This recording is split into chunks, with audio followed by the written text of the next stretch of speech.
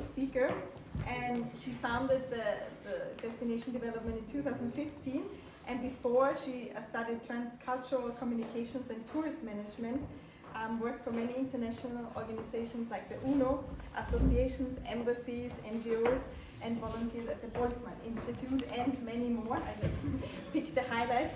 So we're very interested to hear what all this experience brings in, and the destination development goal and aims.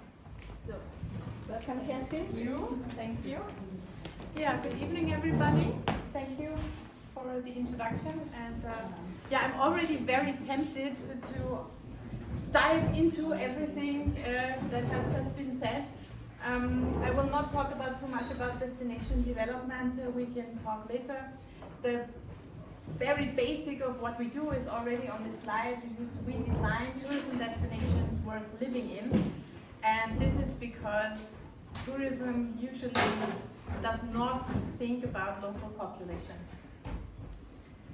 But today I'm here to talk about circular economy, circular tourism, and I think we all agree that consummation, production, consumption should be as sustainable as possible, right? Yeah? SDG number 12. We all agree on SDG number 12? Wonderful. The model works quite well if we look at the production and consumption of products. Slightly less so if we look at services. And when it comes to tourism, it gets really, really complex very quickly. Let me show you why. These are some numbers, and it's very short. I don't like numbers myself, but this is important. In 1915, the United Nations World Tourism Organization estimated 25 million international arrivals every year. Now, 70 years later, yeah, that seemed a lot at that point. Now, we are at 1.4 billion every year, and it's climbing. So that's 56 times more than we had 70 years ago. And 70 years is the age of the tourism industry as such. So let's have a look at the problem here. We all agree that we are more or less conscious consumers in this room, I suppose? Yes? No? Good.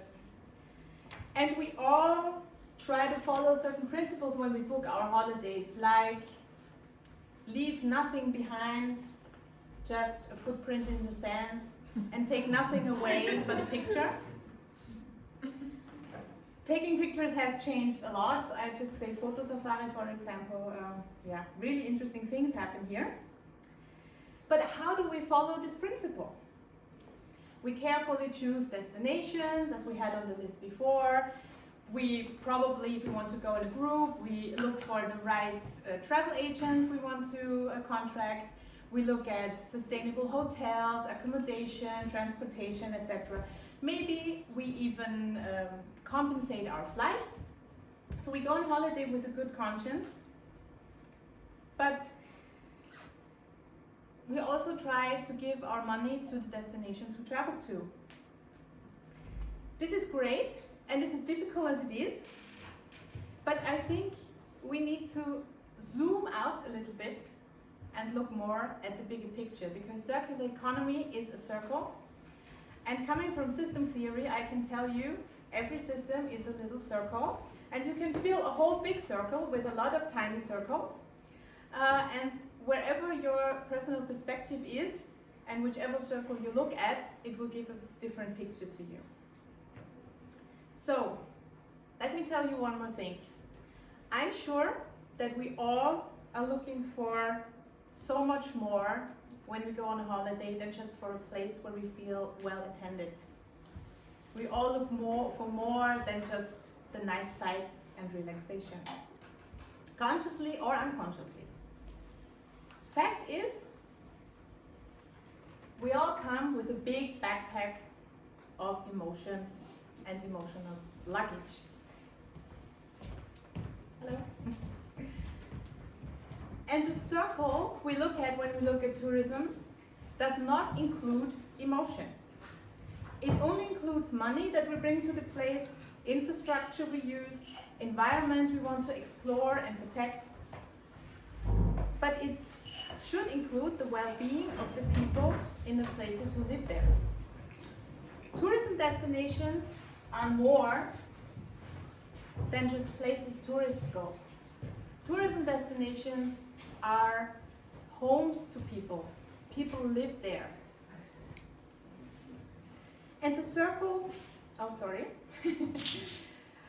So all of this, everything I've just said, seems quite logical, no? Yeah. But the tourism industry, as such, does not seem to have heard anything about emotions before. Of course, there are many, many studies about the well-being and the emotions of the customer. So this is what the industry is looking at. But there's hardly any studies to be found about local populations and their needs and their wishes and their value system. Let me give you an example. This is me in a pygmy village in Uganda. This is close to the border to Rwanda and Congo. And I took this trip because I wanted to see the mountain gorillas. Yeah, it's some of the last mountain gorillas. You can go gorilla trekking in Uganda. It's an absolutely amazing experience. You just have your tour guides. They will lead you through the jungle. It's hot, it's wet, and it's. I'm not a very good hiker, so it was very rewarding to finally find the silverback and his family. So everybody who has done that will talk all the best about it. Actually, this company that offers the gorilla trekking is a very successful social business. It has succeeded in actually including local populations, in bringing money to the region and to share some of the wealth with the people, and also to protect the mountain gorillas.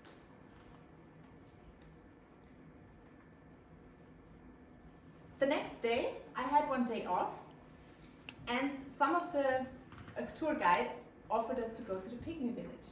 So this is what I found there. I still smile, but what I found was half to full drunk men singing and wanting to dance with the white girls.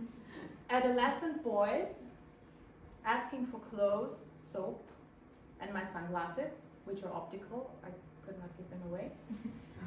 Hungry children in torn clothes, too weak to get up. Women hiding from the spectacle.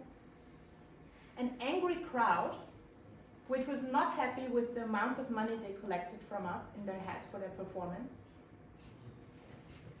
And behind the camera, a completely overwhelmed tour guide who urged us to get out of the situation before it escalates completely. And 3 tourists in shock, including myself. What you actually see here is my uncomfortable smile. So, as long as we stay in our bubbles, tourism works, or circular tourism works to some extent. What I not want to do here is ruin your holiday. If you have the chance to go to Africa and do the gorilla trekking, please do it. Please explore the continent. It's wonderful. But I don't have all the answers, but I have some suggestions for the tourism industry. And these are the following. Please, dear tourism industry, look at the bigger picture. Be conscious that you are an industry, and be conscious of your role in the world and for the industry as a whole. Talk to the people. Talk to local populations. Find a solution that benefits their well-being as well as yours and your customers. It's okay to make money, yeah? Don't be afraid, but do it well. And accept no for an answer. Not every community wants or needs to be a tourism destination. Maybe they want to do it later or under different circumstances. It's totally okay. Tourism consultants, please inform your clients about the industry and how it works. Even if the answer in the end is no, we don't want to do it. Maybe they want to do it at another point, or somebody else wants to do it, and they will find in you a very, very trustful partner.